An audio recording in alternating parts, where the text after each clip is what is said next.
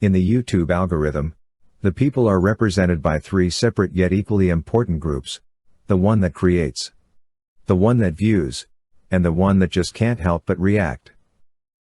Under Title 17, I am a member of an elite squad, also known as the Special Viewers Unit. These are the stories. Imagine the collective gasp if she declared she was about to doff her hijab in broad daylight. Well, keep your monocles from popping, folks, because that show isn't on the program. And for those speculating she'd pack up her life and moonwalk back to her former routine, better recalibrate your crystal balls. You see, she's embarked on a fresh adventure. Like an explorer in a world of unwanted binoculars, privacy has become her new best friend, even more reliable than her morning coffee. She's discovered that she's living in a slightly creepy, overly nosy world, where stalking and playing peeping Tom are as common as dad jokes. So her videos have become her fortress of solitude, a place where she can spill the tea, while keeping her secrets under wraps. So, for now, prepare for a thrilling ride of stories without her revealing more than the Phantom of the Opera. Yes, folks, she's become as enigmatic as Sherlock Holmes on a quiet day. On this voyage, she's uncovered some fashion truths that hit harder than a mannequin toppling over. The plus-size clothing world can be as puzzling as a Rubik's Cube, with sizes changing as fast as a chameleon from brand to brand. Take her new sweater from Pennington's, for instance. It's a 4XL, the same size as a small circus tent, yet other brands' 3XLs fit as snug as a glove. Here's a hearty chuckle and a golden nugget of wisdom for those sailing on the same ship. Explore different brands like a Fashion Columbus, because a bigger size doesn't always mean you're winning at the game of fit. And let us not forget, size is just a number, unless we're talking about the number of donuts in a baker's dozen. While we're in the realm of personal trivia, let's burst a few bubbles of misunderstanding. It's a fact that Salah pays for his own shiny car, not dime comes out of anyone else's pocket. He's been juggling his bills before our protagonist came into the picture, and he continues to do so. The concept that she's paying for two households is as ridiculous as a kangaroo in a tuxedo. She's not exactly running a central bank, folks. Let's dish the dirt on the wardrobe affair, her hijab. Some might guess it's just a phase, but sorry folks, it's staying put. The hijab isn't just a fashion statement, it's the headlining act of her journey, identity, and faith. Oh, and it's not an invisibility cloak. She's still the same person underneath it all, just with a bit more self-knowledge and faith smarts. And in case you're wondering, the hijab's dress code is pretty exclusive. Only her face, hands, and feet made the cut. Her decision to go with Islam doesn't have a Salah clause. It's a one-woman show, a part of her new resume. So, to the judgmental lot, just remember, it's not about how good your hair day is, or isn't. It's all about granting a bit of respect and acceptance. And for your information, she's not prepping for a surprise I'm bald reveal. Before we sign off, let's have a quick chuckle about Canadian healthcare. Yes, the queue's there longer than an uncalled bingo line, and yes, it's keeping her stuck in Canada longer than a jar of maple syrup. But it's all gravy. Salah and our heroine will figure it out. They always do. It's like they're partaking in a very cold version of The Amazing Race. The guilt about leaving her pets is heavy, but not as heavy as 370 lb. Salah loves them and insists of taking care of them. They keep each other company, you know. Her voyage isn't about the removal of the hijab or dusting off old habits. It's about personal evolution, comprehension, and a hat tip to the decisions she's made. From giving a bear hug to her new faith and demanding respect for her privacy to, through the stormy seas of plus-size fashion and squashing misconceptions like a game of whack-a-mole, it's been quite a roller coaster ride. And about the future? Well, just have to keep your eyes peeled for that. And no, she's not hatching a plan to become the new Queen of Poutine or the next Prime Minister. No more gummies either. Clear head where it's at. And after $1,500 shop bill for the duct-taped Kia and a cookie, we end up in the supermarket with all kinds of cravings.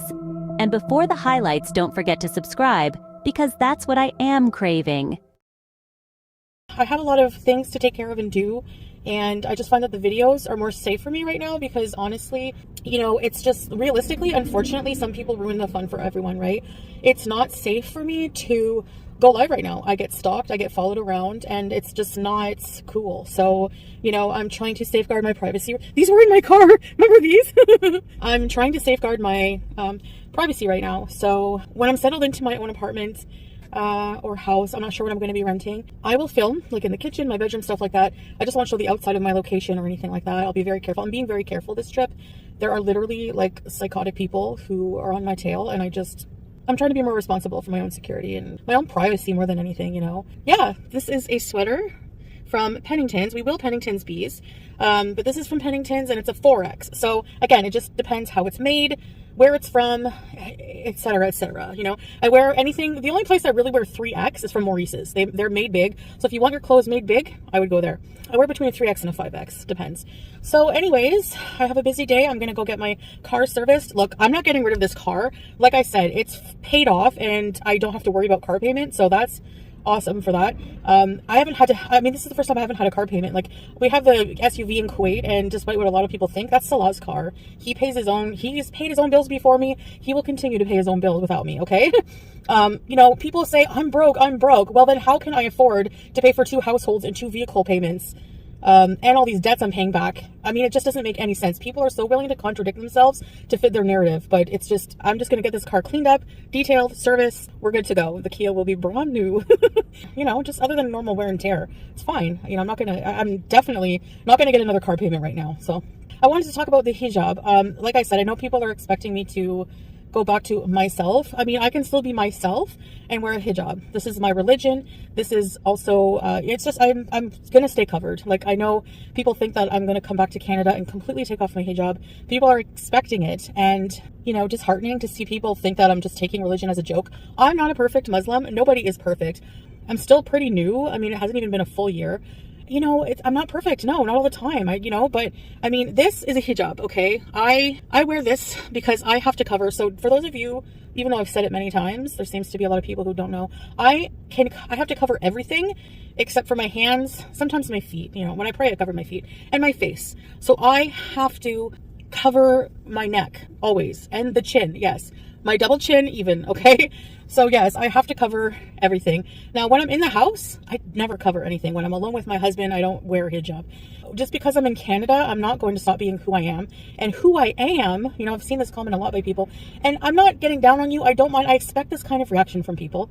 You know, I know people are finding it, they're in disbelief that I'm Muslim still, you know, and I never thought I would ever be in this position. I would never be who I am today, but this feels like truly who I am. And, you know, if it wasn't, yeah, it would be just, I would take it off easily, but I'm not ever going to take it off. Even if I'm never with Salah again, that's not going to happen. But let's say we weren't together anymore. Me being Muslim isn't just have anything to do with him, you know?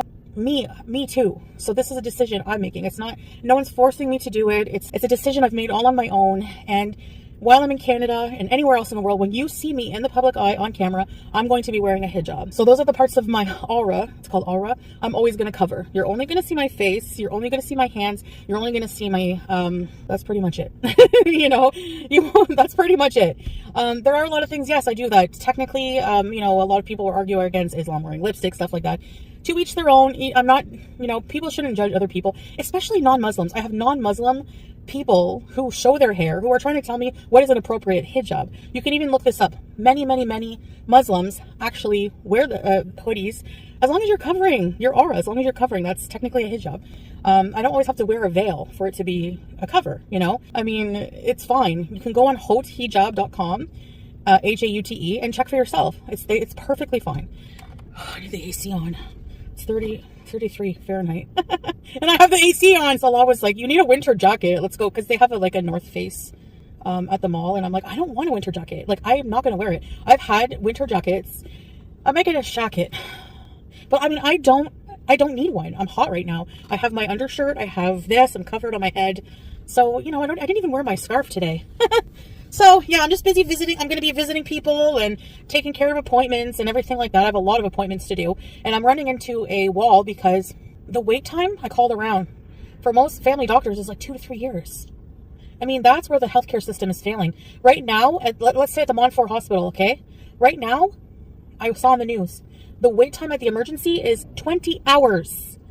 It's just, I don't know how long it's going to take me, and that's why I'm here indefinitely for now, because I don't know when I'm going to be able to get the healthcare that I need. And, you know, there's long wait lists and I have a lot to take care of. So I'm just going to need to be here for a while. And, yeah, so it doesn't mean I'm not going to ever see Salah. We can visit each other. But right now, and, you know, the pets are keeping him company. And I could have easily brought her with me. Well, not very easily. I really am I feel so bad doing that, knowing that they're like going to be on the plane for so long and stressed out. I don't know. It's really stressful. But also, he wants them to be there. Like, the pets love him too. And Julia's close to him as well. And, you know, he's taking good care of them and they're there to keep him company, make him less lonely. He loves the pets. He's someone who never was raised with a cat. And I said, you're going to love the cats pretty soon. Sure enough. Anyway,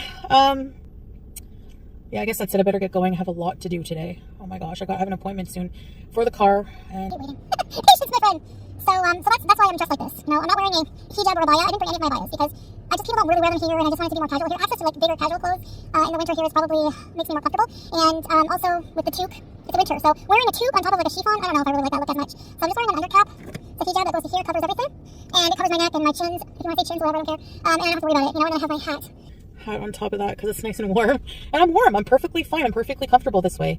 You know, I have no complaints. So, but as for taking off the hijab, no, I don't know why people would think that. People have so many theories about me and how I feel, and you're so wrong. You're wrong about every single thing. You're wrong about me being a fake Muslim. You're wrong about me, and no, I'm not a perfect Muslim, but it doesn't mean I'm fake and I don't believe in God and Allah, okay? And you're so wrong about me wanting to eat pork. I'm never going to eat pork again. I haven't. Now, I will be honest that sometimes I eat non-halal meat while I'm here because it's harder to access unless you go to a specific restaurant. You can buy it in the grocery store too, but sometimes I go out and not everything is halal, and it's just, you know, I'll eat halal where I can, but the main thing is I'm not going to eat pork, and I'm not going to drink, and I'm also not going to smoke weed or take edibles. I thought when I came here I would be craving it so bad, and there's dispensaries I was driving by, and I really just, you know what I like? I like the feeling of a clear head. I was thinking of how I felt when I was like high, and how I think it's worse for my depression. I really do. And I have a bit of a trauma from all those wheelchairs. I swear, I don't think I would enjoy it the same way. I want to turn a new leaf. I want to be different here. I don't want to go back to my old habits. I don't miss those. I never missed them. So when people say, you look so much happier, I'm happy to be able to see my family and take care of things, but I'm actually really sad because I miss my pets and Salah. And I don't miss any of the bad habits I used to have. I don't miss them at all whatsoever. So that's false as well. Anyways, there's my sermon for today, and I'm moving on. So like I said, my goal is just to keep, once I have more updates about health appointments and things, I want to share my health journey. I'm taking it day by day. I'm just literally taking it day by day right now. Just trying to, you know, stay positive, not feel too lonely, and just keep myself very busy, which I am. So my car is fine. The only thing I need done is some brakes, rotors, and pads. And after labor and everything, it's going to be quite costly. It's going to be like $1,500, but I'll have good brakes for a little while. So that's good. So I'm getting that fixed right now. And in the meantime, I'm enjoying some complimentary coffee and some Dad's oatmeal chocolate chip cookies. Okay, you guys, I'm grocery shopping, and look at the things I found. I got some pasta sauce for cheese, and I got some Lunchmates, the turkey and cheese ones with a little Kit Kat, and I also got some stovetop. We don't have this in Kuwait. These are basically things I've been missing. We don't have in Kuwait. Alfaghetti. Alfaghetti is one of my favorite things ever. Flakes of turkey. I have some hamburger helper. I'm so excited for this. I've been really craving it. I can't believe it. Beef ravioli. I checked the ingredients. There's no pork, so we're good to go. So I got a big block of cheese, some soup, and some other